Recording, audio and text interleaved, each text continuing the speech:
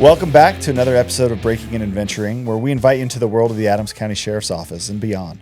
We're going to go into the backgrounds and stories and experiences of the men and women of the Sheriff's Office and the greater law enforcement and public safety community. So today, we're here with Senior Deputy Lisa Pasko. I am your host, Sergeant Adam Sherman, and we're just going to talk a little bit about resilience, peer support, motivation, determination, and how that works in this world of law enforcement.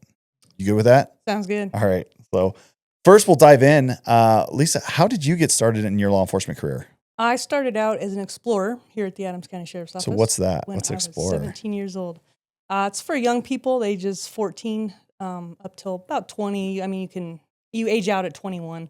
Okay. Those that are interested in law enforcement, whether they move on to be law enforcement or not, it's just a good experience to learn about the career. Yeah. And so you started that at 17? Yep. And where did it take you? All over? Yeah. So I went to, back then I had to put myself through Post Academy. Mm-hmm. So I went to Red Rocks Community College and put myself through Post Academy. Okay. And then I applied for a job here at the Sheriff's Office. There you go. So, and for the police academies, they're probably still roughly a semester of college. So Yeah. the equivalent of if you go the private route. And then Lisa kind of alluded to it. Previous to 2007, all of our deputies would have to go and get themselves through an academy, then get hired on later. And since 2007 on, we've had our own academy that we host, and we sponsor our own recruits and new hires. So awesome. So from that time, from 17 till now, what are some cool things you've done or assignments you've had? Well, I started out in the jail. I worked about a year and a half in the jail, and then I applied to come out to patrol. So I worked the patrol division. On patrol, I did a short stint as a school resource officer. I was a field training officer. And then I got in a bad car crash, and I ended up getting, I call it demoted, to a record tech position. So I worked records as a record tech in the jail. Then I came back and got certified when I was done healing, and went back to the jail for a few months, came back to patrol, and I got on the peer support team when it started out. And then now I'm currently the training coordinator and admin deputy for the patrol division. Awesome. So thinking all the way back to the 17-year-old you and then the 21-year-old you. So when you first got started coming out of the academy, was it what you were expecting, or how was the career? How did it first hit you when you were on your own? Yeah, I think having done the Explorer program, it laid the pathway as far as law enforcement is concerned. It gives you that view of law enforcement, so pretty much everything that I expected it to be. Awesome. So you're prepared, ready to rock. So that's good. I mean, it gives a kid a sense of what a career might be, plus some control training along with our deputies and our staff. And I know you guys as advisors now do an amazing job with that program too, to keep it alive and thriving. So what was, as you got going through the jail, down to patrol, any fun or crazy calls or experiences that come to mind when you kind of look back over those years? Yeah, I mean, there's a ton of them, but one of the most scary call that I went on is me and another deputy we ended up finding a stolen car. It was occupied, and he starts giving pursuit to the vehicle in a trailer park, and bad guy is backing out of the trailer park at a high rate of speed. All right. All the way out. He backs into a gas station, almost hits some gas pumps. So that deputy followed him into the gas station. I stayed out on the street. Mm-hmm. And he comes out onto the road and hits some mulch and loses control of the car, hits a telephone pole, and that thing snapped, shot up in the air. And then all I see is the wires coming down onto my car. And I'm pretty sure I had an open mic saying some choice words on the radio because it was very scary. And then the with the lines hitting the car, you could just feel the electricity go through the car. Yeah, that was scary. Yeah, no, yeah, did it even happen almost like in slow mo? Oh yeah, Or, the yeah. wires just going up and then coming down onto the car. Yeah, I had a similar one where, I mean, you'll know, and some of our listeners, but coming out of one of our apartment complexes, there's a road that's split with a canal. So I knew this guy only had one way to go. So I'm chasing him, and I see him start to veer, and then same thing, hits a fire hydrant. Fire hydrant, which those things are cast iron and heavy, goes flying about 10 feet in the air. And then behind the fire hydrant was a telephone pole. So there's water shooting out. Car goes up the pole and then comes down, pole comes down, wires. And I was just like frozen, like, but yeah, total slow motion where I'm like, no. Ah. So yeah, nightmare. So you mentioned your accident. And so I know, and currently you're huge into, peer support, mentorship, supporting others, giving back, training. How much did your accident kind of play into that mindset now of making sure others are supported and prepared around you? So when I was in my accident, it was December of 2009, and I was in critical condition in the hospital for almost a month. Broken femur, broken tib fib, 3 ribs, bit through my face. Just that traumatic injury. And then when I was ready to come back light duty, I didn't know what was wrong with me. And so I reached out to a deputy who was senior to me and that I trusted. And at that time, our EAP was Nicoletti Inflator. And so she's like, maybe you should call. And that was one of the hardest phone calls I made for myself, just to call and be like, something's wrong with me. I'm not sure what. So I was struggling with anxiety coming back. And then just the stress of the injury and not being able to come back full duty. So I just went through a lot of psychological issues, and ultimately I was diagnosed with PTSD from having gone through that. Yeah, and that was an on-duty accident, so you're worried about being able to even, am I able to perform this job that I love, that I've trained for? So I can't imagine just the stress and the concern that you're putting on yourself, along with all the physical healing and stuff that you're doing. So that's I remember the night of the accident. I don't remember a whole lot of it, but I do remember being in the hospital and them talking about I could potentially lose my leg. So, and with all that, I had to learn how to walk again. Literally couldn't make my muscles work in my leg because they were just toast. Yeah. So it was a lot to go through. So as you're in the hospital, like, what was your mindset then? Was it just the concern about day to day, or were you looking long term even as you're just, dealing with that? How was kind of day to day. Like I said, I had to learn how to walk all over again. I had to stay in the hospital to go through occupational therapy because how am I going to take care of myself at home by myself? Yeah. So they were great. They taught you how to use a walker, how to get around the house, how to go through your kitchen, getting in and out of the bathroom, stuff like that. So just it makes you definitely not want to take little things, normal things for granted when you are afraid to lose that. Yeah, absolutely. Well, and what was that road to recovery like? Like, just what was some of the timeline? Like I said, I was in ICU initially for 3 or 4 days, and then in the hospital, I had some complications with my first surgery, so I had to wait, I think, like 13 days before I could have my second surgery on my lower leg. And then with the rehab, like I said, I was in the hospital almost a month. And at that time, people would come visit me all the time and everything like that. And when I got out of the hospital and just being at home, that was really difficult because I couldn't drive. It was my right leg that was busted up. Can't drive myself. I'd have to find rides to go to like physical therapy, and then started going to the therapist for my head. Yeah. I'd have to find rides.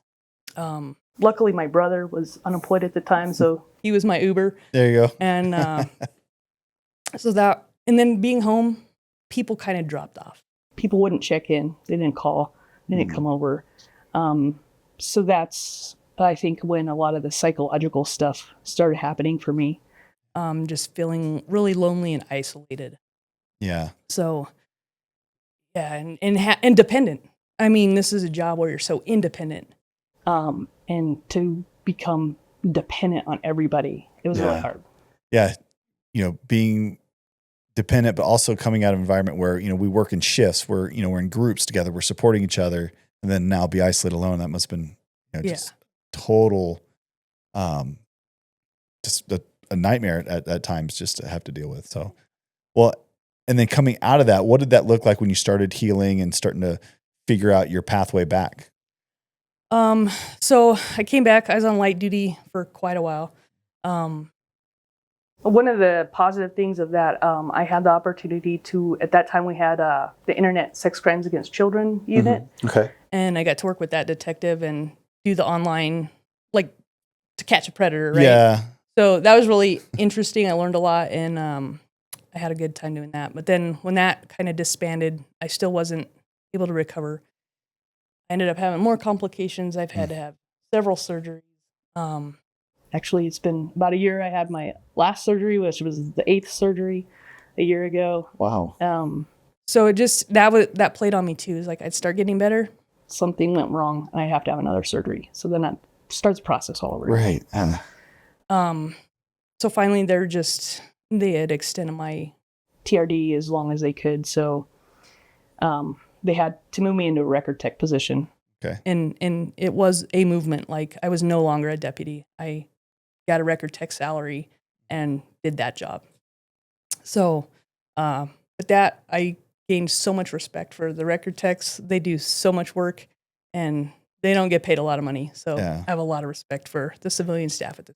Yeah, no, we have an army of people behind this, who you see in the uniform and the badge. There's a whole army behind us that do the supportive work that we couldn't do our job without theirs. Definitely. Absolutely. Them doing theirs. So that's amazing. Well, I mean, it's an interesting way to go about it, but it's, good that you have that perspective. And I know you bring that, when you do sit down with people for either a mentorship or just, some help or guidance or peer support along the way. And so having that wider vision, is a huge, huge plus. So coming out of that, so you, because I heard the mythical stories of the great Lisa Pasko and stuff when I was a young deputy coming up. And so knowing how hard you were fighting to get back, what was it like when you finally actually were able to test for deputy and get it and make it back and be able to be where you should have been? I actually ended up testing, I think, a couple times. The first time I tested, I got through the process, but then went obviously for the psych. And I ended up not passing the psych. And that was pretty devastating. Yeah. But clearly I wasn't ready to come back. Yeah. So I had to get extended. So I had to wait another, I don't remember how long, retest. And I had to retest again. And then with that time, there was a thing, the workman's comp doctor, when they signed me off, it was just a mess with, they actually put an 80-pound weight restriction on me. And so when I went in, they were going to fail me. Oh. But I went to the workman's comp doctor and got it clarified. He's like, no, you don't have a weight restriction. So I was able to get that smoothed away. Like, yeah. So it was very, it was a good day to get sworn back in. Yeah. I got sworn in by Sheriff Dar. And one of the things he said to me was, she's got more tenacity and perseverance than anyone I've ever seen. So just that fight of just trying to come back and just not giving up. Yeah. I think that's a huge message behind this is, you had so many obstacles and roadblocks and things, areas or any moment where you could have just said, forgive it, given up, taken, whether it's through a medical retirement or just walking away and trying to figure out something else, and you didn't. You kept fighting, and I know you had the support of some of your old shift mates and stuff around you as well, and looking forward to you. So when you finally got back into service, what year was that? I believe I got sworn back in 2015, and then because of the PTSD, they wanted me to go back to the jail and just kind of get reacclimated. So I only worked a few months in the jail. Everybody was like, "Yeah, you're you could teach us how to do this job. And then it was fun going back to patrol because one of my FTOs was like, I was actually his FTO, back in the day. So they were all really great and supportive. And you can teach us a thing or two. Absolutely. So a 6-year journey finally culminates. And then I think I was on swings and you were coming in on grades. But yeah, I finally met you. And I can't remember who the FTO was at the time. They're like, hold on, let's let Lisa take this one. I'm just like, whatever. I'm like, she could evaluate all of us, please. But yeah, I know you breezed through that pretty quickly and we're just up and running. So that's awesome. I mean, I love hearing that, not only from the perseverance standpoint, but just, that the mental gymnastics you did and overcame, and then to still come back and be an impactful, empathetic deputy out on the street, not only to your shift mates, but to those that you're responding to. I saw it firsthand. I know everybody loves you. So it's great, being able to have that story that people can reference whenever they're having a tough time. So, well, enough with the sad stuff. Along those ways though, did you have any like certain benchmarks or anything that were like you're almost using as motivation at certain points through your journey back? Not really. I just wanted to come back. Gotcha. Yeah, the big goal. Yeah, that was what I wanted to do since I was a kid. So yeah, it's like just wanted to get back. There you go. Well,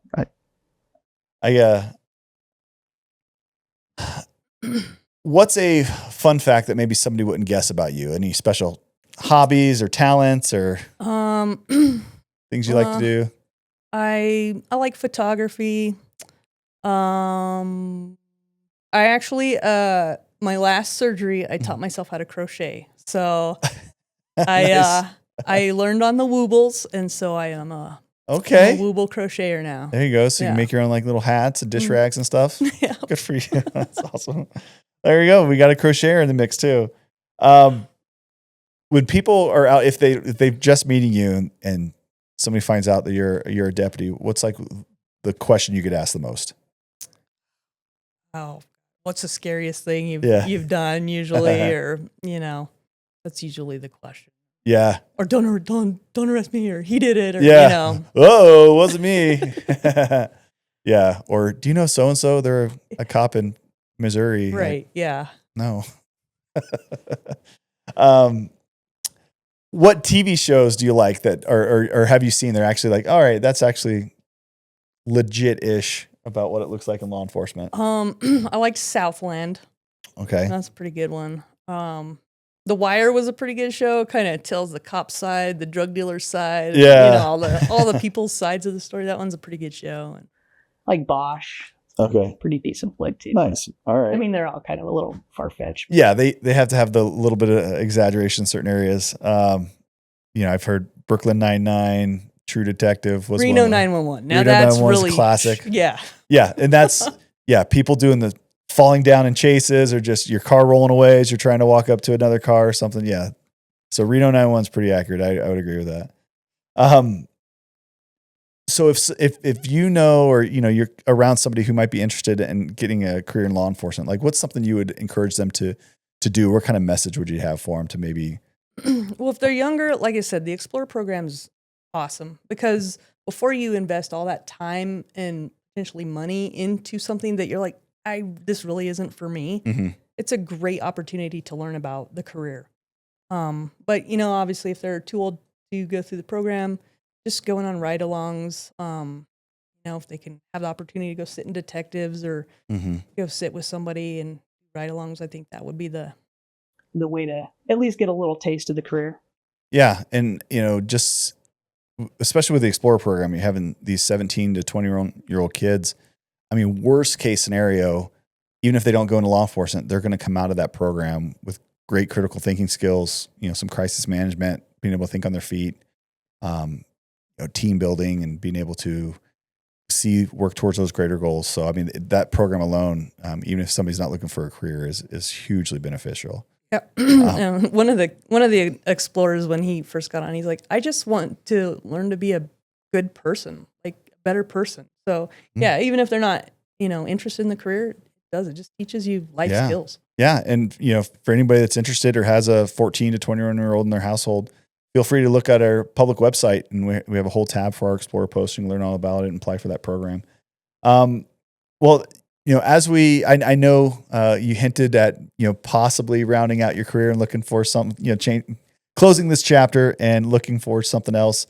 Are there any particular people that stand out as just like, man, I don't know if I would have been able to get through that or take that extra step without their support? Well, when I came back for my second round of phase training on patrol, I had Steve Hershey as my FTO, and he was a good cop. He can dig stuff up and a great teacher. So I was a little nervous to have him, but I was actually like glad I had him, because I'm like, if I can learn something from somebody, it'd be Steve Hershey. So Hershey's top notch. Nice. Yeah. And then, having, and being welcomed back in, I'm sure, everybody was it was almost like Cheers, right? You showed back up to briefing. Everybody's like, oh, Lisa. Yeah. It's good to get back with like Davis and Schulze and some mild partners. Were you able to go back to your same shift 6 years later? Yeah, obviously some things have changed. Trimble and Hessler got on the shift, but great dudes, and that's cool. It was pretty good. Yeah, because I know some people, maybe they go on leave for a month for medical, and then they're like, everyone's gone. Yeah, everybody's gone, or they have to go to a different shift or something. That's actually pretty cool to tie that back into some of your old shift mates too. Yeah, and old Cliff Brooks. Yeah, I loved Cliff. He was always welcoming. So that's he great. Welcomed me back, and well, again, I love hearing your story, and obviously not for the gory details, but just the kind of phoenix rising from the ashes aspect of it. Because, anybody, whether it's mental health stuff, physical stuff, stress stuff, family stuff, if you can make it back through what you did and have a tremendous career and, inspiring others, I mean, anybody can get through what they're, but you bring up a great point, is also taking that step and asking for help, seeking out a little bit of help if you don't have it's a hard thing to do. And, I experienced pretty much every range of emotions there is to experience, to include being suicidal. So I've been down that road, and if I can help somebody else, that's my ultimate goal. Awesome. No, and I love it. Well, thanks for coming on, Lisa. I appreciate it. And, for those of you who might not know, this is our second go around. So we had a little technical difficulty on round one, but round two, you knocked it out of the park again. And, we love seeing your face around, and we're going to miss you when eventually you do hang them up, but hopefully it's not too soon. All right. I know the days are flying by, but, well, that's another episode of Breaking and Adventuring. So I want to just thank you again. And if anybody has any questions, topic ideas, want further information on anything, feel free to reach out to us at our email address, communityconnections@adcogov.org. And feel free to follow us on any of our social media platforms. Until next time, see ya.